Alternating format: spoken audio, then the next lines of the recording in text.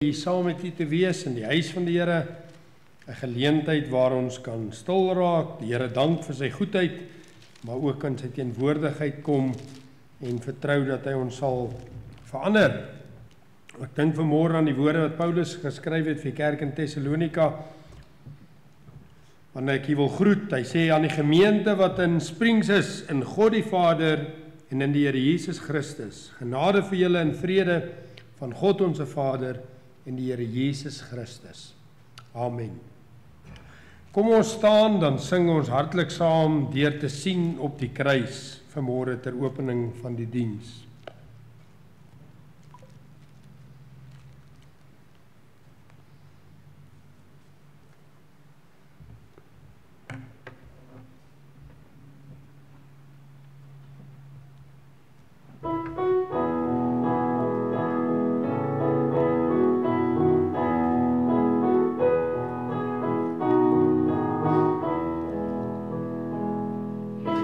Sien op die kruis is daar lewe en heil, is daar lewe vir jou en vir my.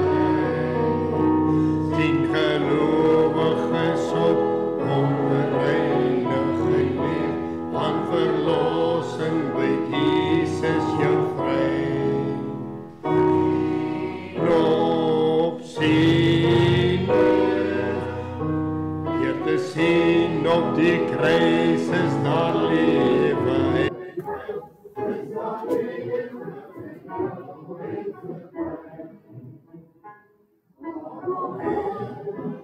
Jesus die sonde verdra, as die skuld op ons ewigheid staan. Waarom het die bloed uit sy lichaam gevloeid, as die skuld nie meer ons voldaan. Sien op, sien en leef, leef te sien op die kruis, is daar lewe en rein, is daar lewe vir jou en vir my. Die trane verbeerde, bekeerde beroep, maar sy bloed en verzoening vir jou. En kom die geweld van jou sonde en son, vlug na Jesus met zondag vertrouw. Sien op, sien en leef, leef te sien op die kruis, is daar lewe en rein, is daar lewe vir jou en vir my.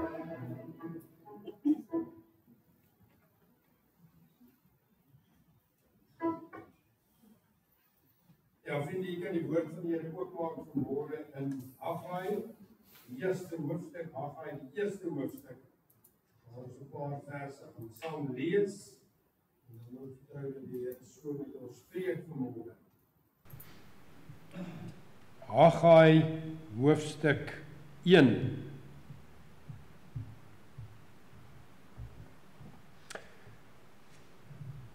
As jy die woord van die Here daar oopgemaak het, dan kan ons net stil raak en die Here se seën vra. Baie dankie dierbare Hemelse Vader dat ons vanmôre voor U kan buig as God die almagtige skepper van die hemel en die aarde. Die voorreg om vanmôre die naam van Jesus Christus, die woord, die lewende woord van God op ons lippe te kan neem deur die werking van die Heilige Gees. Dat ons vanmôre waardiglik kan sê, driemaal heilig is God Vader en Seun en Heilige Gees. Baie dankie dat ons vir U vanmôre kan vertrou om hierdie woord aan ons oop te breek, om ons te help om dit te verstaan, om ons lewens daardeur te verander, in te rig. Ja, Here, wanneer ons so sit in hierdie laaste week van 2025, maar ook die eerste week van 2026, is daar geen beter plek om te begin as aan U voete nie. Is daar geen beter plek om te begin as in U woord nie. Is daar geen beter plek om te begin as by die onderling byeenkomste nie. Daarom dank ons U vir die voorreg om vanmôre hier te wees. Here, ons wil dit nie vanmôre neem as vanselfsprekend nie. Here, ons wil dit nie neem bloot net as 'n taak wat ons moet verrig om verby te kom, om by die regte Sondag te kom nie, maar Here, hierdie is die ware dag wat ons naby in ons harte hou, wat vir ons so kosbaar is. Die tyd wat ons in die teenwoordigheid is. En Here, ons bid dat U op 'n wonderlike wyse vanmôre ons sal kom besoek. Ons dank U is hier, Here. U sê waar 2 en 3 in my naam is, daar is U. Maar ons kan vanmôre, Here, sit in die teenwoordigheid van die Here sonder dat ons bewus word van die teenwoordigheid van die Here. Daarom bid ek, Here, dat U van stoel tot stoel sal gaan. Elke persoon sal bewus maak van Uself en U teenwoordigheid. Ag Here, dat U my stem sal uitdoof en sal wegwerp in die stilte en dat die Heilige Gees se stem duidelik, hoorbaar, tasbaar sal wees in die harte van elke siel. En Here, dat U vir ons sal rig volgens U wil en U plan. Dankie Here dat U vanmôre elke persoon ken wat U is. Dankie dat U elke behoefte ken, elke nood, Here. U weet wat is ons hoop en ons verlange, wat is ons verwagtinge, Here. Daar is niks vanmôre verborge vir U nie, Here. En daarom, Here, is U ook die enigste een wat vanmôre daardie dinge kan bereik, daardie doel waarmee ons opgekom het na die huis van die Here. En daarom wil ons ook hierdie diens vanmôre aan U oorgee. Van die lees van die skrif tot die uitspreek van die seën wil ons dit vir U rekening gee. Here, dat U dit sal opeis vir U eie heerlikheid, Here. Baie dankie dat ons vanmôre nie op grond van ons eie vaardighede of ons eie woorde of ons eie voorbereiding selfs nie, maar Here, soos hierdie lied gesê, deur te sien op die kruis, alleen deur die bloed van Jesus kan ons vanmôre hierdie dinge bid. Dankie daarvoor in Jesus se naam. Amen. Nou ja, vriende, ons lees saam daar in Haggai vanaf die eerste vers. In die 2de jaar van koning Darius, op die eerste dag van die 6de maand, het die woord van die Here deur die diens van die profeet Haggai gekom tot Zerubabel, die seun van Sealtiel, die goewerneur van Juda, en tot Joshua, die seun van Josadak, die hoofpriester, en gesê, so spreek die Here van die leerskare. Hierdie volk sê, nog het die tyd nie gekom, die tyd dat die huis van die Here gebou moet word nie. So het die woord van die Here dan gekom deur die diens van die profeet Haggai en gesê, is dit vir julle self wel tyd om in julle betimmerde huise te woon, terwyl hierdie huis in pyn lê? So sê die Here van die leerskare. Dan nou, gee ag op wat julle wedervaar het. Julle het baie gesaai, maar min ingebring. Julle het geëet, maar nie tot versadiging nie. Julle het gedrink, maar nie genoeg gekry nie. Julle het julle geklee, maar nie warm geword nie. En wie hom verloon verhuur hom, om dit in 'n stikkende beers te steek. So sê die Here van die leerskare, gee ag op wat julle wedervaar het. Klim op die berg, bring hout aan en bou die huis. Dan sal ek 'n welgevalle daarin hê en my verheerlik, sê die Here. Ek wil net 2 ander verse ook lees, daar in vers 12. Toe het Zerubabel, die seun van Sealtiel, en Joshua, die seun van Josadak, die hoofpriester, en die hele oorblyfsel van die volk gehoor gegee aan die stem van die Here, hulle God, en aan die woord van Haggai, die profeet, volgens die opdrag waarmee die Here hulle God hom gestuur het, en die volk was vervul met vrees voor die aangesig van die Here. En dan hoofstuk 2 vers 19. Is daar nog saad in die skuur? Ja, selfs die wingerdstok en die vyeboom en die granaatboom en die olyfboom het niks opgelewer nie. Van hierdie dag af sal ek seën. Sover uit die kosbare, onfeilbare woord van die Here. Nou vriende, ons bevind onsself, soos ek reeds in die gebed genoem het, in die laaste week van 2025 en die eerste week van 2026, want vandag is die eerste dag van die week. Dit is waarom ons vanmôre by mekaar is, want Jesus het opgestaan op die eerste dag van die week, en daarom is ons vanmôre hier om mekaar daaraan te herinner, hy het opgestaan. Hy het opgestaan. U kan vanmôre verheug wees, u kan jouself verbly in die binneste, hy het opgestaan, die graf is leeg. Hy het opgevaar na die hemel, hy sit aan die regterhand van die Vader, waar hy vir ons intree tot vandag toe. Die eerste dag. So is dit met ander woorde die begin van 'n week, die laaste week van 2025 en die eerste week van 2026. Maar nie net dit nie, dit is ook 'n tyd wat vir baie mense 'n wonderlike tyd van die jaar is. Ons is nou so tussen die feestye, ons het nou net Kerstyd gevier, hierna gaan die mense 'n bietjie oujaarsaand vier, en dankbaar wees vir nuwe jaar wat die Here gee. Daar's nog 'n bietjie tyd oor van skoolvakansie. Dis die einde van 'n jaar en ons het hierdie hoop en verwagting dat iets beter vir ons voorlê as wat verby is. Ja, party van ons wat hier sit het 'n wonderlike jaar gehad, ander het 'n moeilike jaar gehad. Ander het 'n swaar jaar gehad. Daar's families wat deur swaar tye is hierdie jaar. Daar's huwelike wat deur swaar tye is hierdie jaar. Daar's besighede wat deur swaar tye is hierdie jaar. En vir baie mense is hierdie week wat voorlê so amper 'n groot sig van verligting. Dis verby. Is asof ons net kan sê, "Sjoe, dankie Here, dis verby." Ons het oorleef, maar ons kyk uit na ietsie beters. Dit maak dit lekker om te dink daar's 'n nuwe geleentheid wat na vore kom. Daar's skoolkinders wat na 'n nuwe graad toe gaan. Daar's skoolkinders wat vir die eerste keer skool toe gaan. Maar daar's ook 'n geleentheid vir ons om van voor af te begin. Miskien is daar baie mense hier vanmôre wat verlede jaar by die einde van die jaar 'n klomp voornemens gemaak het, ja, nuwejaarsvoornemens. Baie mense kom in hierdie tyd, hulle maak nuwejaarsvoornemens. En party van hulle het dit dalk hier in Januarie al laat staan, party in Februarie, miskien was daar 1 of 2 wat hier na Junie toe deurgedruk het. Dalk sit hier vanmôre 'n persoon wat dit hierdie jaar deurgedra het. Maar ek wil u verseker, ek dink daar's baie wat as jy voornemens gemaak het, dit maar eers laat vaar het. En dit is asof jy net 'n weer 'n kans kry om dit oor te doen. Jy kan weer 'n kans kry. Nou ja, ek persoonlik is nie 'n persoon vir nuwejaarsvoornemens nie. Ek het nog nooit regtig rondom hierdie tyd besluit, hierdie jaar gaan ek 10 kg gewig verloor, of hierdie jaar gaan ek meer spaar, of hierdie jaar gaan ek my skuld delf. Maar terwyl ek die boodskap besit en bedink het, toe dink ek, maar dis ook nie goed nie. Dis ook nie goed nie. Want jy sien, dis beter om te probeer en te faal, as om nie te probeer nie. 'n Persoon het eendag gesê, jy mis 100% van die houe waarvoor jy nie swaai nie. Nou daarmee sê ek nie, jy moet nou 'n klomp wêreldse voornemens maak nie, maar ek het die gedagte begin dink, is dit nie dalk ook die tyd van die jaar, wat tyd 'n belangrike rol speel in ons lewens nie. Dis die tyd wat ons dink aan 'n jaar wat verby is en dinge wat agter ons lê, maar dit is ook 'n tyd wat ons dink aan dinge wat voor lê en dinge wat nog kan gebeur. En dalk is dit 'n goeie ding om te sê, dalk is dit tyd dat die kerk 'n waardige nuwejaarsvoorneme maak.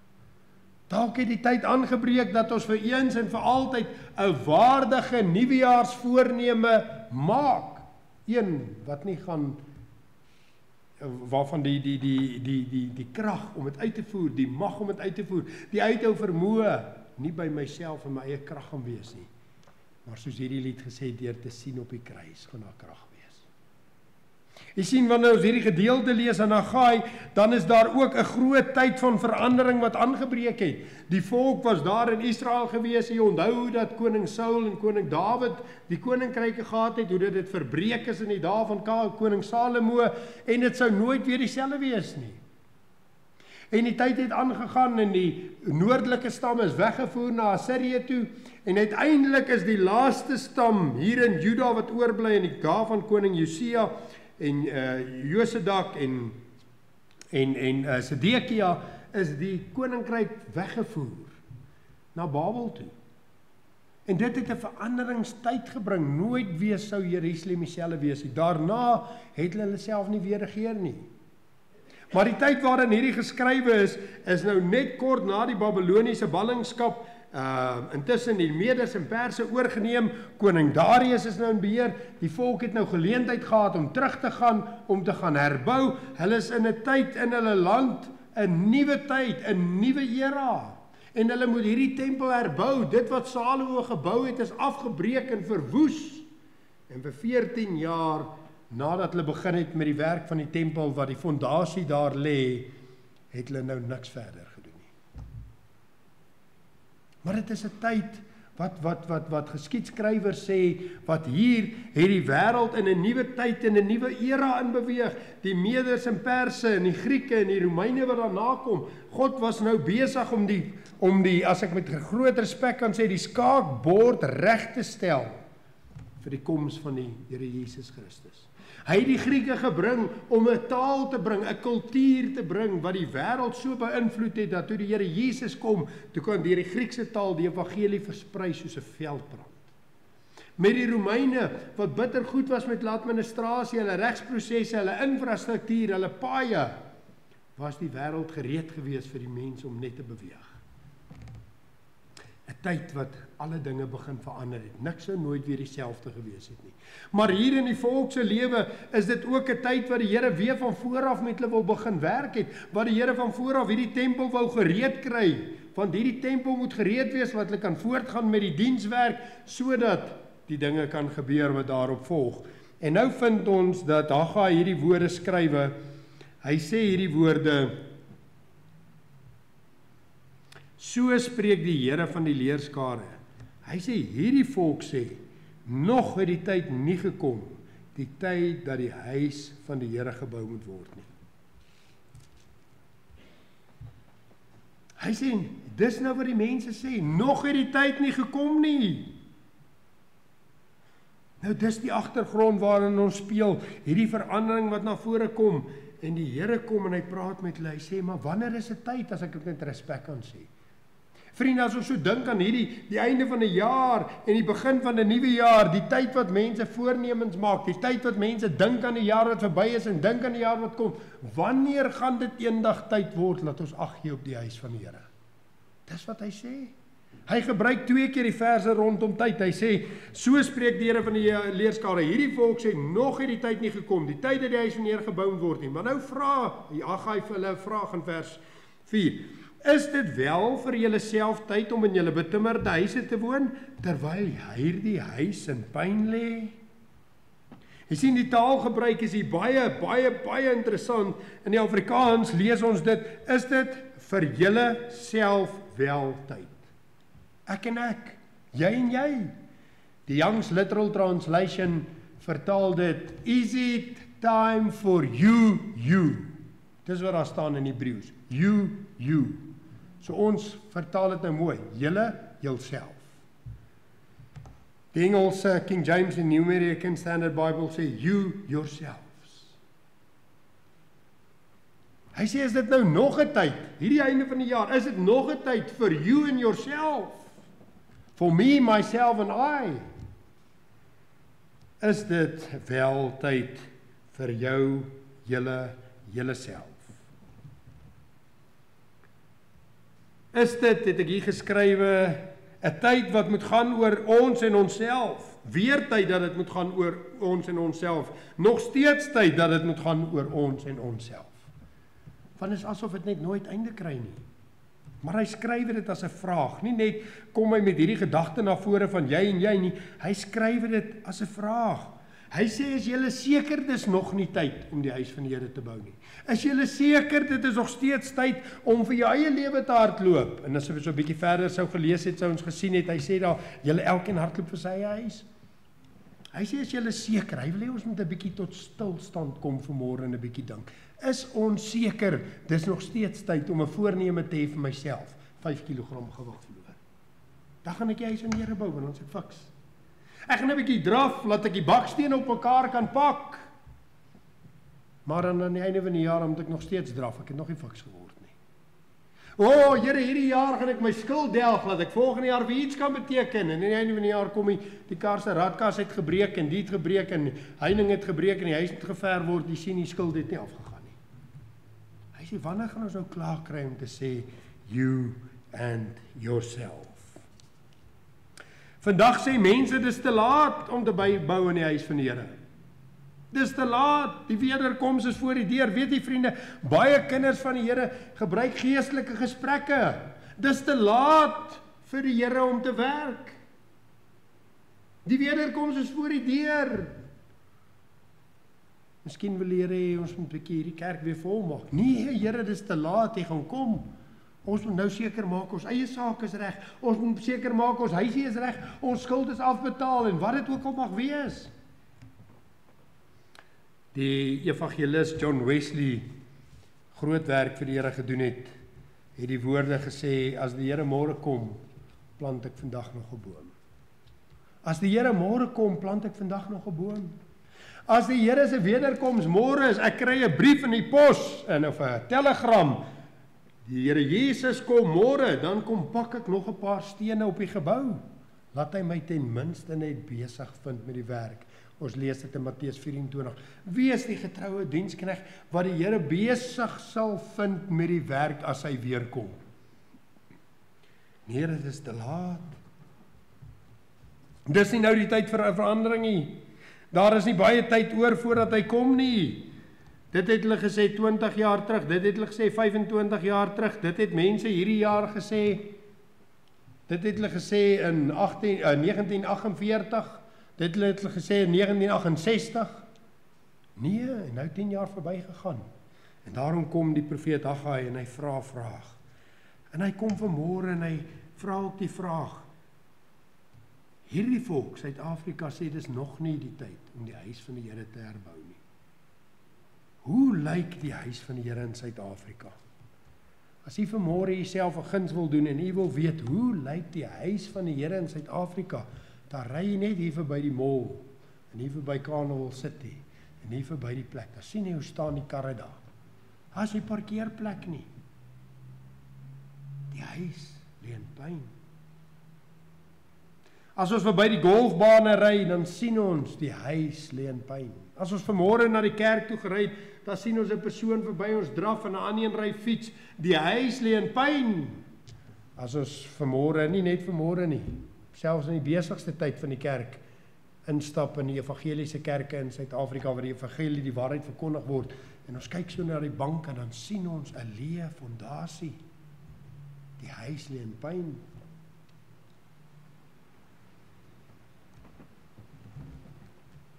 Die enigste kerke wat vol is die wat lieg. Die Babelse kerke. Sien, daar in die tyd van Elia was daar 450 predikante vir Baal en net een Elia. Is dit nie vanmôre so nie? As ons so kyk na die huis van die Here, dan lê hy aan skerwe. En Haggai kom in hierdie gedeelte en hy sê, en hier's 4 gedagtes wat ek vanmôre met u wil deel. Hy sê, wil ons nie vanmôre in die eerste plek inkeer nie. Hy sê keer in. 2 keer sê hy die woorde, Haggai 1 vers 5, so sê die Here van die leerskare dan nou, gee ag op wat julle wedervaar het. Vers 7, so sê die Here van die leerskare, gee ag op wat julle wedervaar het. Nou daardie woord gee ag. Baie mense dink, as ek gesien het, daar sit 'n persoon by die deur, ek het ag gegee. Nee, het jy ag gegee nie. Die psalmskrywer sê, welgeluksalig is die man wat ag gee op die arme. Ons ry by die robot, gee ons om 'n R5. Ons gee nie ag op die arme as ons om 'n R5 gee nie. Ons dompel hom verder in die sonde. Jy moet nie vir hom R5 gee nie, jy het die R5 nodig, jy gaan draks koop. Dis nie, om die waarheid te sê, jy doen dit net omdat jy nie om in die oë wil kyk nie. Jy ag hom eintlik nie menswaardig nie. Kom uit weg. En as jy nie vir hom die R5 gee nie, dan wil jy hierdie kant toe kyk. Jy ag ook nie om hom nie. Om ag te gee is om 'n persoon menswaardig te ag in daai konteks. Om maar die rytjie af te draai en sê, goeiedag meneer, weet jy wat? Jy hoef nie te staan en bedel nie. Soek die Here en hy sal jou red. Jy hoef nie my te sê, God bless nie, hy bless my, dankie. Maar weet jy wat, hy gaan jou nie bless met my R5, hy gaan jou bless as jy werk. En nie werk, jy moet nie eet nie. Wanneer jy daai persoon menswaardig ag. Dit is om meer te doen, om 'n bietjie in te bou, menswaardigheid te gee. Wanneer jy vir 'n persoon werk gee, dan ag jy hom. Want hy kan menswaardigheid opbou, hy kan weer iets wees, hy kan verdien, hy kan met sy eie hande werk, sodat daar nie nood is in die huisie, sê Paulus.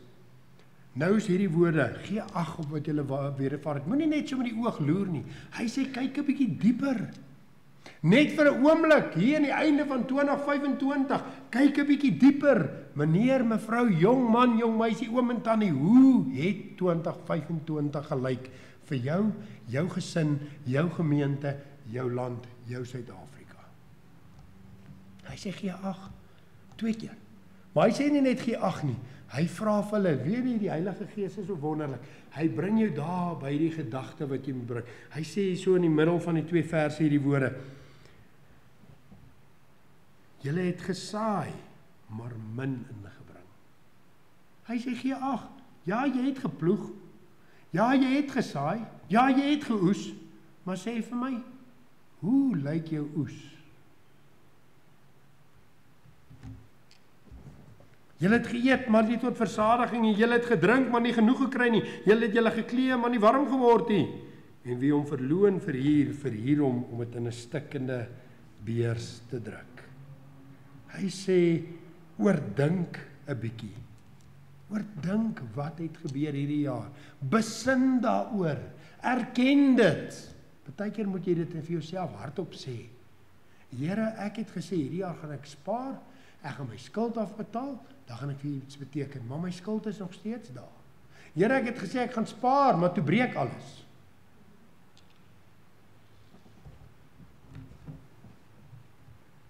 Die Here het my oortuig, nadat hy my gered het, om soveel as moontlik reekste dienste, konferensies by te woon. As daar verootmoedigingsdienste is, woon dit by. Weet jy hoekom? Want jy dit nodig. As daar 'n Pinksterreeks is, woon dit by, want jy dit nodig. As daar 'n konferensie is, doen alles in die mag om te gaan, want jy dit nodig. En ek het gesien wanneer mense bidure begin nalat en verootmoedigingsdienste en Pinksterdienste en wederkomsdienste, spesiale geleenthede begin nalat, dan sit nie lankie, dan begin jy sien hulle begin die dienste ook sommer mis. En as hulle eers een diens gemis het, dan mis hulle nou sommer nog. Hierdie mense in die wêreld is baie meer getrou. Daai jare voordat die Here my gered het, toe ek die sport was en ek het afgerig, kom daar 'n oom. Hy's nou jonger as wat ek nou is, maar toe was hy vir my 'n oom. Hy bring sy seun om by my te oefen. Maar hy raak my beste student. Dan kom hy daar aan.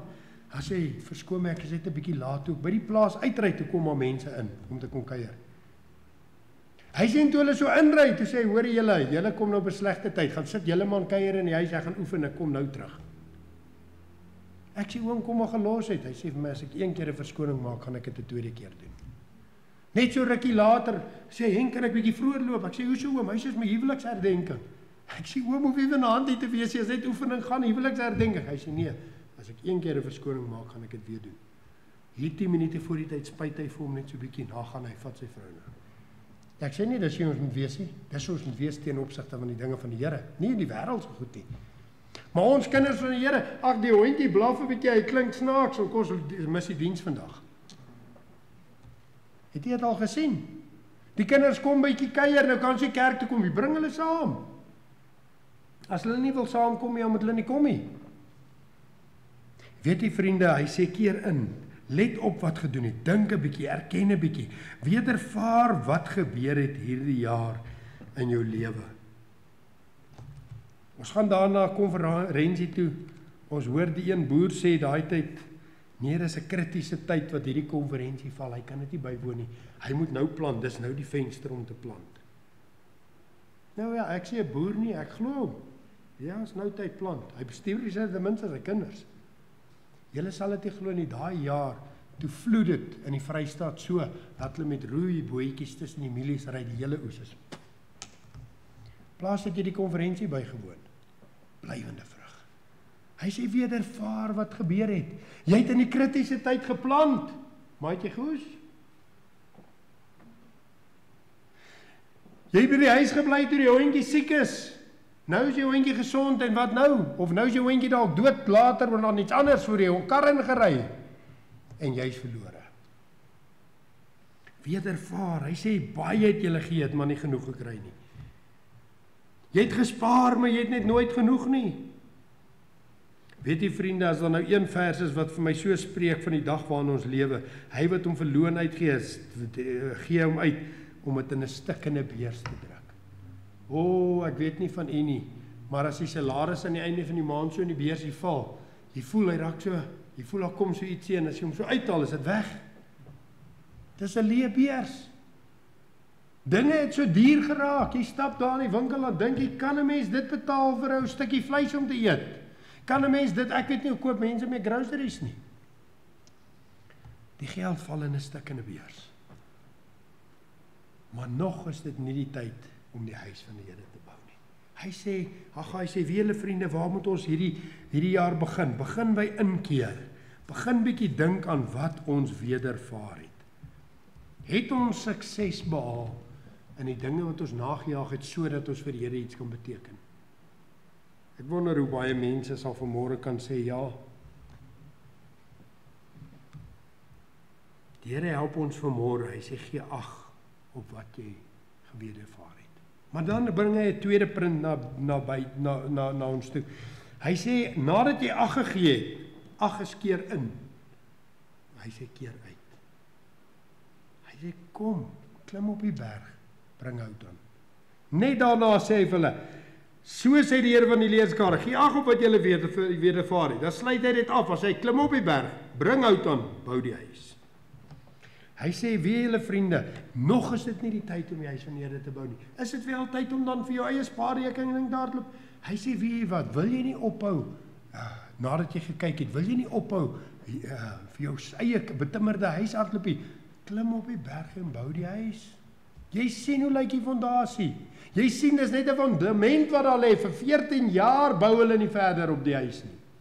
Weet jy vriende, hier is mooi gebou, maar weet jy, hierdie gebou is nie die bou van die huis van die Here nie. Die mense wat hier sit is die bou van die huis van die Here.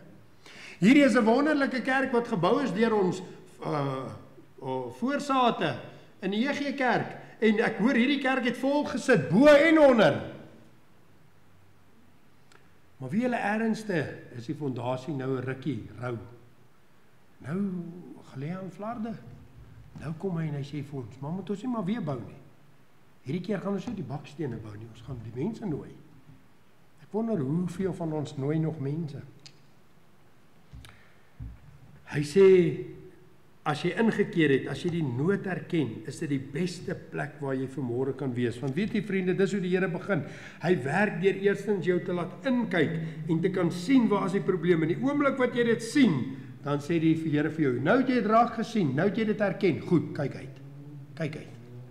Hou op om te kyk nou daar binnekant. Moenie nou die hele jaar gaan top oor, hierdie jaar het ek gespaar en ek het niks gemaak nie en ek het niks vir die Here beteken nie en ag, ek kon nie eens 'n siel na die kerk toe genooi kry nie en ek kon nie dit nie en ek kon nie dat nie en ek kon nie bid vir niemand nie en ek wou bid maar ek het nie.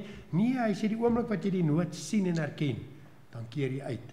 Dan klim jy op die berg en bring jy hout aan. Nou vriende, vir hulle om 'n huis te bou, kon hulle nie daar aankom met leë hande nie. Jy kan nie daar opdaag en nou gaan ons bou nie. Ek het die ander dag vir gesê, ons het die dag geverf daar by 'n Portugese saal waar mense dienste hou daar in Boksburg en ek gaan help hulle. Ek is nie daar 'n lidmaat nie, maar ek sien op hulle groep, hulle gaan verf, ek gaan help ook maar 'n bietjie en ek kom aan en die predikant is daar alleen, niemand van die kerk het opgedaag nie. Ek sê nee, wag, laat ons inspring. Ek het sommer 'n man saam met my gebring en nou is daar 'n paar gaatjies wat ons moet polyfilla en dan moet ons hulle 'n bietjie afskuur, dan gaan ons hulle verf. Maar nou is niemand het skuurpapier gebring nie. Nou het niemand skuurpapier gebring en nou staan en kyk ons vir mekaar. Nou wat gaan ons nou doen? Ons kan niks doen nie. En eintlik spring een in die kar en sê nee man, laat ek gaan plastiek kry om op die vloer te in skuurpapier. En toe ek daar terugkom, mense, julle sal nie glo wat gebeur het, toe begin werk ons. Weet jy, as jy die huis van die Here wil bou, jy kan nie met leë hande opdaag nie. Jy kan nie onvoorbereid kom nie. Daarom sê hy, klim op die berg, bring hout aan. Klim op die berg, bring hout aan. Net sien, waar is ek? Hy sê, vergeet nou wat agter is. Jy het nou gesien, daar was 'n nood. Jy het nou gesien, daar's 'n probleem. Jy het nou erken, my eie pogings, my eie nuwejaarsvoornemens, om gewig te verloor, om my skuld te delg, om my huis af te betaal, om fiks te word, het nie gewerk nie. Die fundament is nog steeds leeg. Hy sê, klim nou op die berg en bring hout aan. Doen bietjie iets anders hierdie keer. Ek lees daar in Jesaja 43 vers 18 en 19. Dink jy aan die vorige dinge nie en slaan geen ag op wat vroeër gebeur het nie. Kyk, ek gaan iets nuuts maak. Nou sal dit uitsprei. Sal julle dit nie merk nie? Ja, ek maak 'n pad in die woestyn, riviere in die wildernis. Ons lees hier dat die Here sê in Haggai, dan sal ek daarin 'n welgeval hê en ek sal my verheerlik. Hy sê in vers 19, van die dag af sal ek seën. Hy sê ek en jy moet nou ophou inkeer. Nou moet ons uitkeer. Klim op die berg, bring hout aan. Jy sien vriende, Dawid wou bitter graag vir die Here huis gebou het, maar die Here het gesê, Dawid, daar's te veel bloed op jou hande. Maar Dawid het een ding geweet. Jy kan nie 'n huis vir die Here bou sonder polyfilla en skuurpapier en verf nie. En hy het seker gemaak dat Salomo gaan dit alles hê. Hy het begin om daai dinge bymekaar te maak vir Salomo. En hy kom en hy begin voorbereiding doen vir dit. En dis wat dit van spreek, klim op die berg, bring hout aan. Hy sê, meneer, mevrou, weet julle wat, as ons 'n waardige nuwejaarsvoorneme wil maak, dan begin dit by erken, en dan begin dit by 'n voorneme, Here, ek gaan op die berg klim en hout aanbring. Ek gaan voorberei hier voor Here.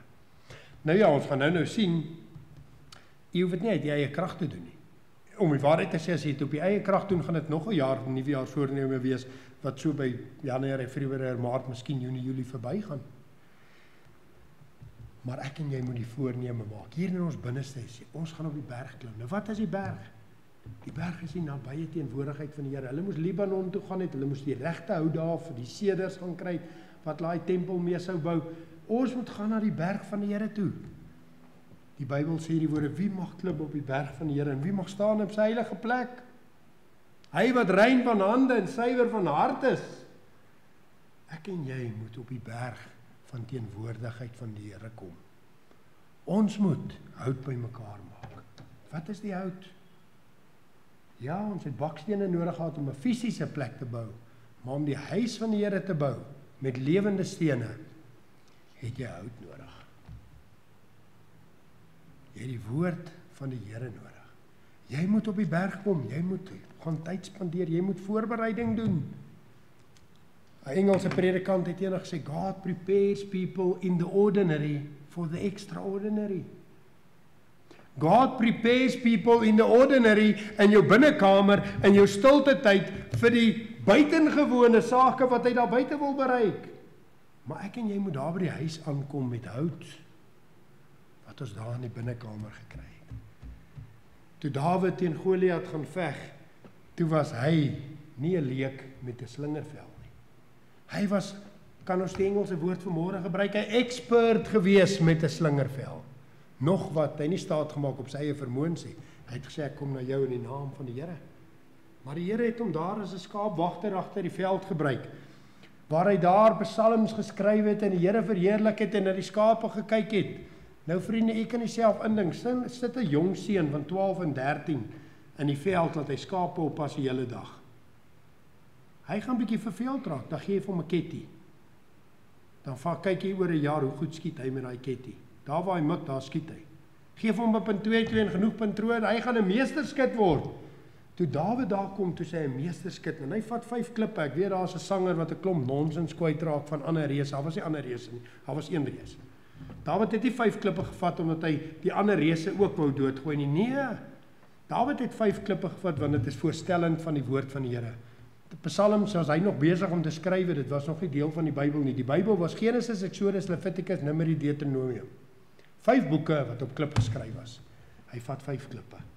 Hy vat die woord, die hele woord. En hy kom maar by die reus. Hy sê, ek kom na jou in die naam van die Here. En toe hy sy sakkie so oopmaak, toe sien hy die regte woord vir die regte gat. En hy vat daai klip en hy gooi hom en hy gooi die reus dood. Maar weet jy waar dit begin? Toe hy daar die Here geloof en prys het in die veld en die slingervel gegooi het, toe berei die Here hom voor. Wanneer ek en jy op die berg klim en hout bymekaar maak, wanneer ons daar in ons stilte tyd die woord lees, oordink, ons voorberei, dan berei die Here ons voor om die huis te bou. Dan berei hy ons voor om die huis te bou. Ek het altyd by die sonnaarskool vir die kinders in sonnaarskooltaal gesê, Bybelstudie is wanneer jy die Bybel lees, dan vir jouself vra, Here, wat beteken hierdie vandag vir my? Jy oordink dit. Dan as die Here vir jou bekend maak, wat beteken dit vandag vir my, dan pas jy dit toe. En as jy het toegepas het, dan gaan vertel jy dit vir iemand. Dan is die siklus volbring. Ek het gelees, ek het oordink, ek het toegepas, ek het vertel.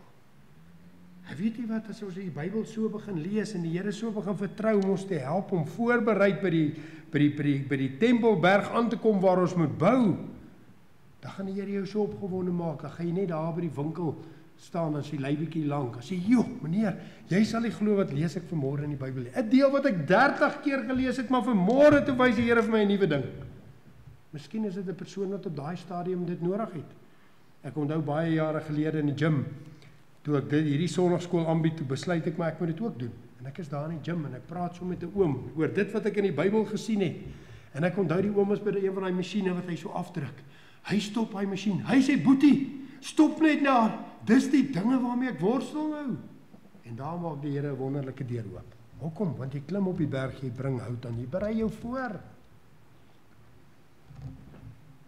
'n Ander dag lees ek daar in Jeremia 2, "My volk het 2 verkeerde dinge gedoen. My, die fontein van lewende water, het hulle verlaat om vir hulle reënbakke uit te kap. Gebarste reënbakke wat die water kan hou nie." Ek sê, Here, wat beteken dit?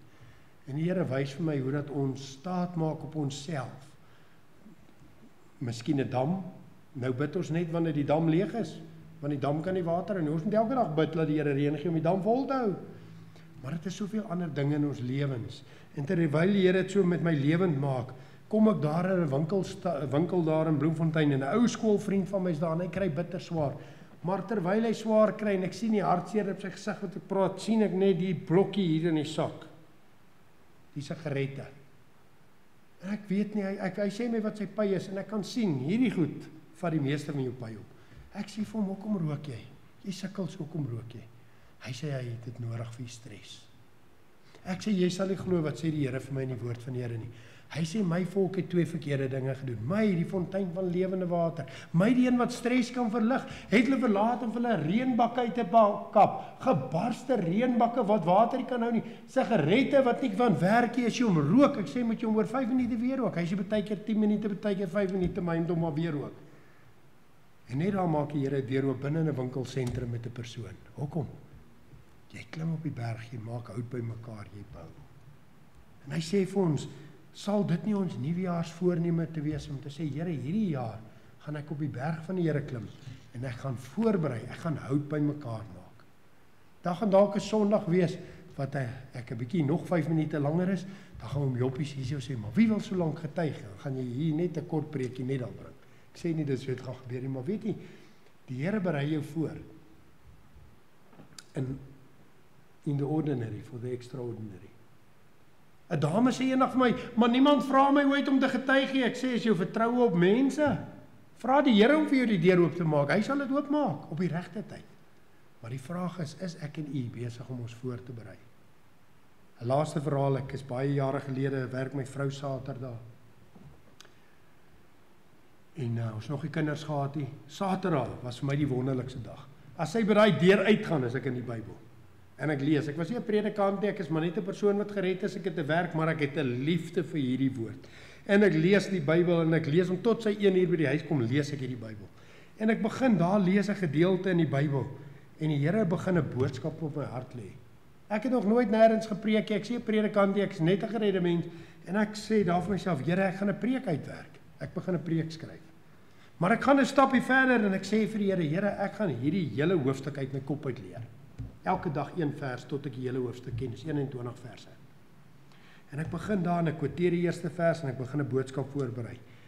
En volgende Saterdag gaan ek aan, nou het ek al 'n paar verse agter die blad en nog 'n week gaan verby. En die tweede week se Sondag stap ons so by 'n diens uit en die predikant vat my so in die arm. Hy sê, "Sal jy kans sien om so volgende Sondag aan 'n boodskap vir ons te bring?" Ek weet nie wat dink hy, hoe vra hy vir my die vraagie, maar daar's klare boodskap voorberei. Ek sê, "Oom, Dominee, die Here het 'n boodskap op my hart gesit. Ek het nog nooit gepreek nie, maar ek sal probeer." En ek gaan voort. En daai Sondagmôre toe ek my stilte tyd hou en ek maak daai gedeelte oop in klaagliedere en ek memoriseer die laaste vers. Toe sê ek, "Here, 21 dae terug het u geweet, vandag gaan ek die laaste ene memoriseer." En daar kom 4 jong mense na die diens toe. Die Here het 'n groot werk onder die jong mense gedoen daai tyd. Nie oor ek nie. Niks met myself nie. Maar net 'n jong man wat bereid was om voor te berei vir 'n diens, ongeag of waar 'n diens gaan wees. Voor te berei vir 'n getuienis, ongeag of waar geleentheid gaan wees. Dit begin by 'n voorneme om te sê, Here, hierdie jaar gaan ek die huis bou. Ek weet nie wat is die gawe nie, hoe moet hierdie huis bou nie. Maar ons moet besluit, gaan ons hierdie jaar spaar, dat ons volgende jaar kan bou, of gaan ons hierdie jaar bou? Die derde ding wat Haggai doen, hy sê, klim op die berg, bring hout aan, bou die huis. Weet jy vriende, ons wil dit ingewikkeld maak, en ek sien die tyd is vinnig. Ons wil baie keer die evangelie ingewikkeld maak. Weet julle hoe eenvoudig is dit? Hy sê, klim op die berg, bring hout aan en bou die huis.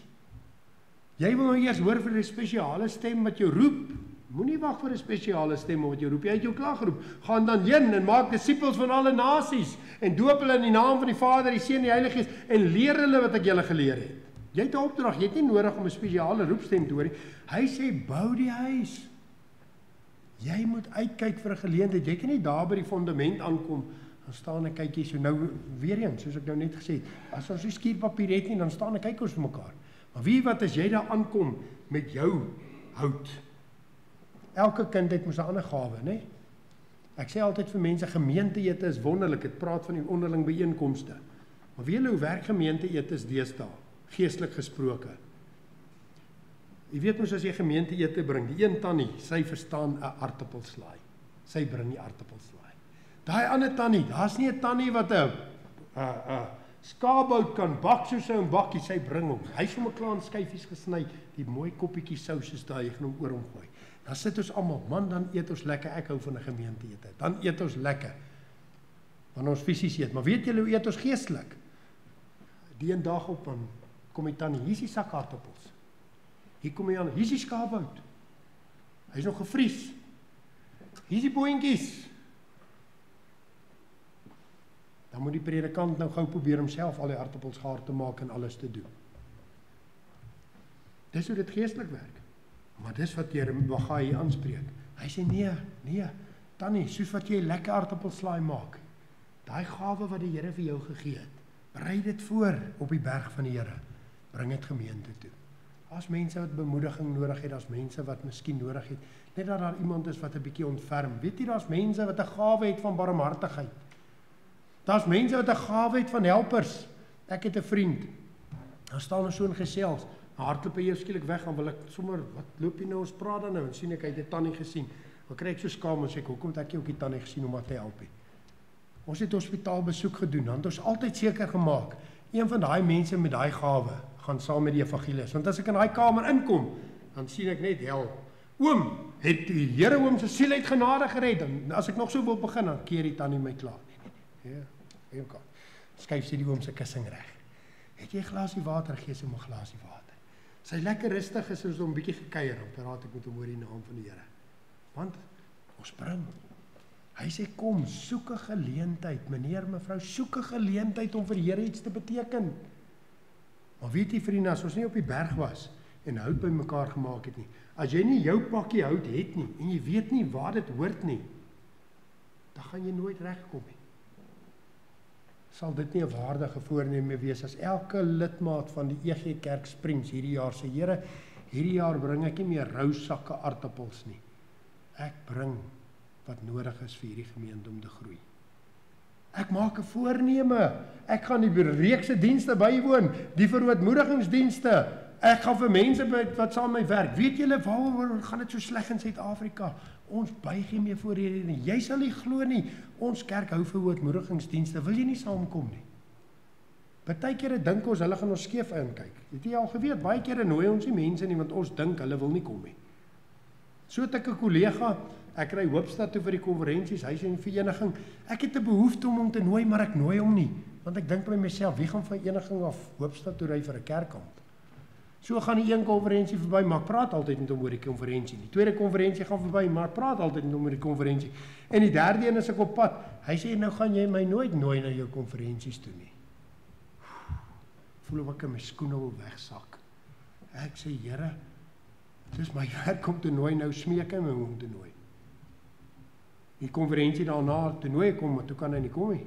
Maar nou gaan ek hom elke konferensie nooi. Maar vriende, dis nie lekker as hulle vir jou moet vra nie. Kyk daar op die kalender, jy het mos 'n kalender, Pinksterdiens. Ek gaan hom vir Pinkster nooi. Paaskonferensie hier by Eden. Ek gaan hulle nooi daarna toe, maar dan moet ek gaan. Maar weet jy vriende, ek wil afsluit vanmôre, die wonderlik van dit alles is, nog voordat hulle op die berg geklim het, nog voordat hulle vinger verroer het, die Here sê, as julle 'n voorneme in julle harte vanmôre maak om dit te doen, sal ek 'n welgevalle daarin hê en ek sal my verheerlik. Let op die woorde, hulle het nog nie op die berg geklim nie, hoor nie hierso. Toe het sy die Babel, die seun van Sealtiel, en Josua, die seun van Josadak, die hoofpriester, en die hele oorblyfsel van die volk, gehoor gegee aan die stem van die Here hulle God, en aan die woorde van Haggai die profeet, volgens sy opdrag waarmee die Here hulle God hom mee gestuur het, en die volk was vervul met vrees voor die aangesig van die Here. Weet jy wat? Toe hulle 'n voorneme in hulle binneste maak, ons gee ag, ons het die nood gesien, ons sien wat ons moet doen, ons maak 'n besluit, ons gaan dit doen, toe vervul die Here hulle met die vrees van die Here. Dis praat van vervulling met die Heilige Gees.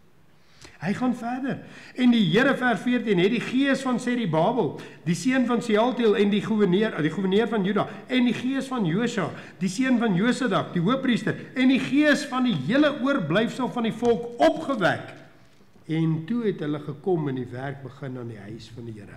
Kan jy dit glo? Hy spreek dit so wonderlik uit. Hy het die gees van die dominee, en die gees van die ouderlinge, en die gees van die hele gemeente versterk om die werk te doen. Hy sê dit, Sealtiel en Joshua en die gees van die hele oorblyfsel van die volk opgewek. Weet julle wie gaan die werk doen? God gaan die werk doen. As ek en jy 'n voorneme maak in 'n opregte hart.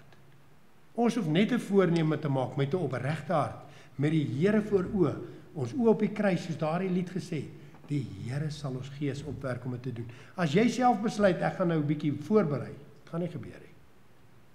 Maar as jy vanmôre net die oë op Jesus fokus en sê, Here, ek het vanmôre ingekeer. Ek keer uit. Ek wil klim, ek wil bou. Hy gaan jou gees aanraak. En die laaste belofte wat hy daarmee saamgee, het ons gelees in vers 19, waar hy die laaste keer gevra het, sê vir my, ons het mos nou teruggekyk, hoe lyk die saad, hoe lyk die wingerdstok, hoe lyk die vyeboom? Hy sê, maar toets my. Die Here sê vanmôre, toets my. Van hierdie dag af sal ek seën. Hy sê vanmôre, weet jy, as jy vanmôre net bereid is om 'n waardige voorneme te maak, 'n waardige nuwejaarsvoorneme. Hierdie jaar bou ons die huis van die Here. Hier in jou binneste sal hy jou gees opwek om dit te doen. Maar hy sê, toets my daarin. As 'n jaar verbygaan, sal jy terugkyk en jy sal sien, van hierdie dag af het die Here geseën. Volgende jaar, dan sit jy dalk een persoon wat nog nooit hier was nie. Dalk 2 persone. Dalk vir elke een van julle 1 persoon. Dalk het jy 1 persoon gebring, my maat my genooi. Ek het daar by 'n gym 4 persone, daar die diens gesit wat ek van gepraat het. 4 persone wat, een het elke donderdag gekom vir 'n Bybelstudie, vir 'n jaar het ons 'n Bybelstudie gedoen daar binne. Hy nooi 3 vriende na my huis toe, hulle nooi, dis my eerste preek ooit, ek nooi die 4 manne, hulle sit daar, hier, daai 4 manne nooi jong mense, laat julle dit nie kan glo nie, ek het in 'n woonstel gebly, ek en my vroutjie met 'n baie groot sitkamer, die ou woonstelblokke was groot geweest, ons het 20 jong mense Bybelstudie gehad in ons sitkamer, en my vriend Ben van Vieren van die Nasarenerkerk, hulle in sy huis ook vol. Van jong mense wat net gekom het, van 1 persoon wat 3 genooi het, wat 'n klomp genooi het. Die Here sal die werk doen. Maar hy moet my en jou getrou vind om te sê, Here, ek het die nood gesien, ek gaan nou op die berg van die Here kom en hout aanbring. En ek gaan uitkyk vir geleenthede waar ek kan bou. En ek gaan my vertroue sit op U, want U sê, U sal 'n welgeval hê, U sal Uself verheerlik, U sal my gees opwek, U sal van hierdie dag af seën. Prys die Here. Alle eer kom hom toe. Amen. Baie dankie dierbare Hemelse Vader, dat ons vanmôre so 'n eenvoudige boodskap in een sin, klim op die berg, bring hout aan, bou die huis van die Here. Dan sal ek 'n welgeval hê en myself verheerlik. Dat ons na aanleiding van dit vanmôre kan sien, Here, ons wil dit moeilik maak. Ons wil dink ek moet eers gaan leer, ek moet eers 'n predikant word, ek moet eers 'n sendingwerk gaan doen, ek moet eers dit doen, ek moet eers my skuld afbetaal, ek moet al hierdie verskillende dinge doen. Maar hy kom vanmôre en sê nee, dit begin by 'n waardige voorneme. Toe ons ag gee op die woord van Here, toe vul U hulle met die vrees van Here en U het hulle gees opgewek. En vanmôre is dit my gebed vir myself en elkeen van ons hier, Here. Sal ons hierdie jaar 'n waardige voorneme maak om te sê hierdie jaar gaan ons bou in die huis van die Here. Hierdie jaar gaan ons uitkyk vir geleenthede om U te dien, om hier by die kerk betrokke te raak, om hier by die kerk mekaar te dra, mekaar se laste te dra, 'n gemeente te word waar liefde so duidelik sal wees. Here, dankie vir hulle wat dit klaar doen. Dankie vir dit wat U reeds gedoen het in hierdie gemeente. Maar Here, ons wil vanmôre sê, daar is nog werk om te doen. Daar's nog 'n boom om te plant. En ons wil bid, Here, dat U sentraal sal wees in dit, soos daardie lied wat ons reeds gesing het, met jou oë op die kruis. En dit waarmee ons gaan afslag, wat ons die diens mee gaan afsluit, ken hom in al jou weë. Here, ons wil U vanmôre ken in hierdie nuwe jaarsvoorneme. Ons wil nie een maak vir onsself uit ons eie uit nie, maar ons wil U ken daarin. En daarom bid ons, Here, dat U die doel sal bereik wat U vanmôre met hierdie diens het, en elke persoon in elke hart, en dat U verheerlik mag wees. Dankie daarvoor, Here. Dankie dat dit vir U rekening is. Ons eer U daarvoor, ons aanbid U in Jesus se naam. Amen. Kom ons staan, dan sluit ons staande af. Daardie lied ken hom in al jou weë, dan sal hy jou paai gelyk maak, en dan dink ons ook aan hierdie woorde van die profeet vanmôre. As ons ag gee, sal hy dit doen.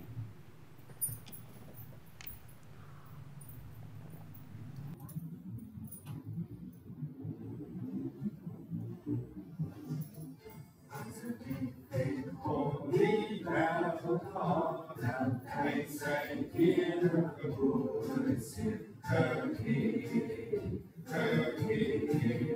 zullen elke man ontdoen, die verloren mag gaan, maar niet hier dat geleerd van je.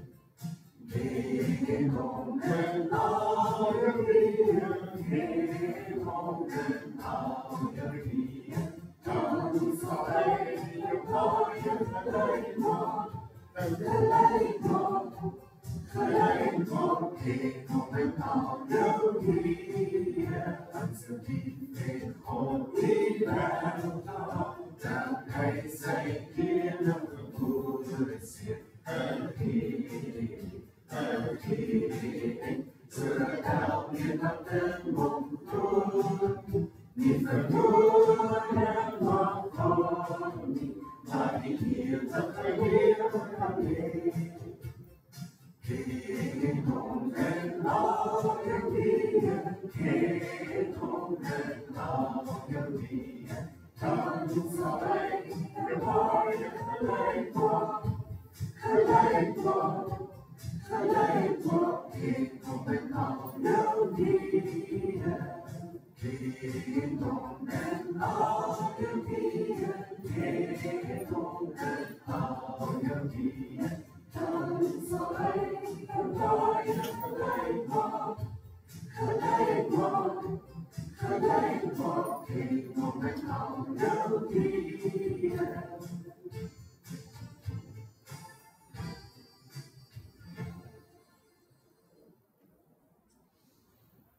Mag die liefde en die genade van God onze Vader, en die Here Jesus Christus, en die kragtige, kosbare tere werking van die Heilige Gees, met elkeen sy en bly, tot ons hom in al ons weë ken. Amen.